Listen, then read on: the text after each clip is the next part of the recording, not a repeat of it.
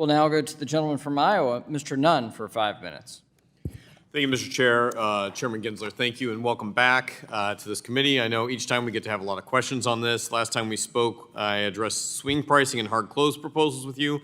I also want to reemphasize here the devastating impact that's had on many of my hardworking constituents, from their retirement plans, their 401ks, my nurses with 457 plans, my teachers with 403B plans. I think you get the gist of where we're going with this. As you are well aware, after this morning's rule, I believe it needs to be withdrawn, and I look forward to your team's response to both Chairwoman Wagner and Ranking Member Sherman on the letter that we signed on to and are still waiting to hear back on. Look, I want to talk specifically here about the ag and small business communities that I represent. The extra regulations that the SEC is potentially proposing in this regulation under the guise of consumer protection it's going to add $6 billion in increased annualized costs to the industry, an additional 6 million compliance hours, many of these being small family farms and medium Main Street businesses. I hope you appreciate this has a tremendous impact on my constituents back home. Along with 4 other members of the Ag Committee on which I serve, we have signed a letter here moving forward a conversation, which brings me to my question on the February 15th proposal rulemaking on safeguarding client assets aimed at reshaping custody assets.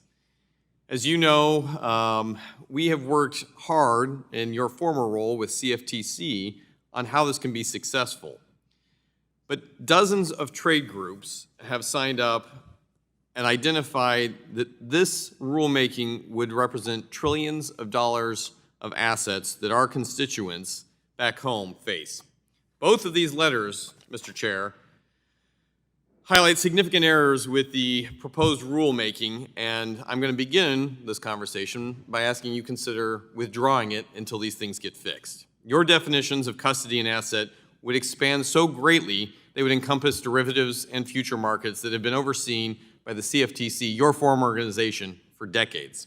So with these bipartisan letters specifically, I believe that they would upend our markets overseen by the CFTC, eroding their essential risk management functions and putting our nation's farmers and producers at risk.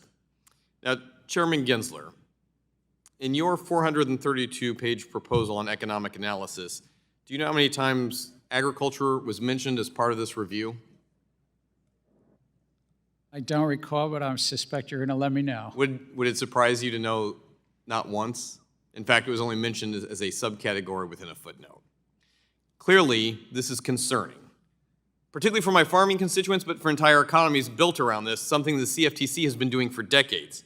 So, Chair Gensler, earlier you answered Representative Lucas' question. Has there been any coordination with the SEC and the CFTC on this issue? Yes, we've been in dialogue both prior to the proposal and subsequent to the proposal, and I think that... Can I get some specifics on that? When did you send a request over to the CFTC for this coordination? The day of before the proposal? A week before the proposal? After the proposal was already out? Representative, it usually just is staff-to-staff dialogue. So Great. I look forward for your staff providing me the date in which you actually asked for this information from the CFTC. Did the CFTC provide you with any recommendations on your rulemaking? We engage with multiple federal regulators on this role, and we'll continue to do that because we benefit from that feedback. I'm very happy to hear that, Mr. Chair. I'd like to see that being transparently provided to this committee then. Did you read these comments, and were they incorporated into your final proposal? Sir, we haven't finalized a proposal yet.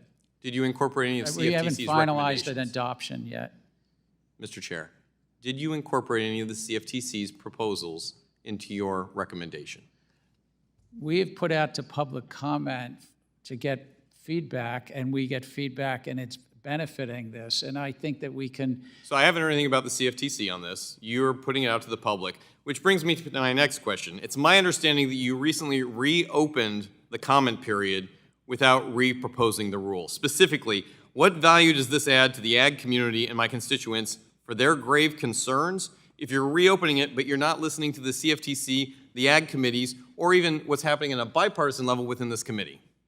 We benefit by reopening. I think we reopened this because we had another rule that may intersect with this, the discussion we've had a lot here today, and so we reopened it formally to get further comment. it might suggest to some that you didn't get the answers you wanted, and so you reopened it to others. So let me end with this. I urge you to withdraw this rule, as my bipartisan and bicameral elements have argued the same. Thank you, Mr. Chair.